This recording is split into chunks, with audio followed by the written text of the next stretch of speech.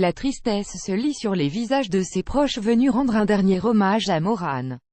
Ce jeudi 17 mai, les proches et les fans de la chanteuse belge, disparue tragiquement le 7 mai au soir, sont venus lui faire leurs adieux en l'église Notre-Dame-des-Grâces à Woluwe-Saint-Pierre, en Belgique. Sa fille Lou, qui avait avec beaucoup de pudeur décrit sa dévastation, a pu compter sur de très nombreux proches de sa maman.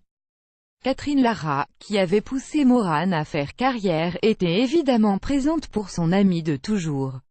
Et parce qu'elle ne veut garder que les bons souvenirs de l'interprète de Dernier Voyage, Catherine Lara a rappelé aux journalistes présents que « c'était une femme drôle, j'ai beaucoup ri avec elle », était également présent Jean-Luc Plamondon, qui a avoué qu'elle avait été « la meilleure Marie-Jeanne de Starmania ». C'est d'ailleurs à cette comédie musicale que l'on lui doit son nom de scène. Pascal Obispo ou Zazie Cigaro et Patrick Bruel n'ont pu être présents pour saluer une dernière fois l'artiste. Ils avaient pris soin de faire envoyer des fleurs. Un bouquet entièrement blanc pour le Canadien de 45 ans, avec des roses, des lys et des arômes.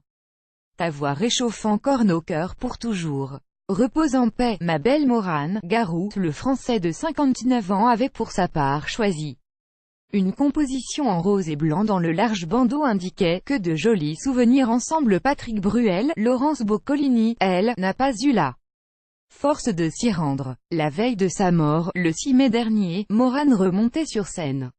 Après une pause de 2 ans dans sa carrière imposée par les médecins à la suite d'une opération, l'interprète de 57 ans avait choisi de remonter sur scène pour saluer la mémoire de Jacques Brel, un autre artiste emblématique du plat pays. Aujourd'hui, je remets officiellement les pieds sur scène après plus de 2 ans d'absence.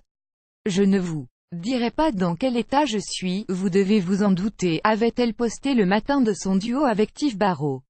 Mais au lendemain de sa prestation, une crise cardiaque a terrassé la chanteuse.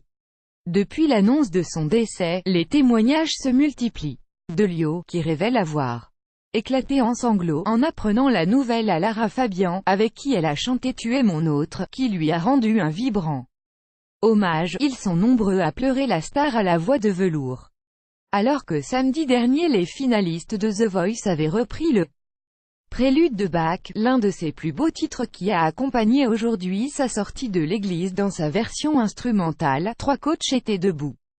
Pascal Obispo, qui n'a pu retenir ses larmes, était resté cloué à son fauteuil, anéanti par la tristesse. Tout comme les nombreux proches de la chanteuse qui ne parviennent pas à se dire qu'ils n'entendront plus sa douce voix. Peut-on lui souhaiter d'être monté au paradis, car pour Morane, le paradis c'est l'enfer.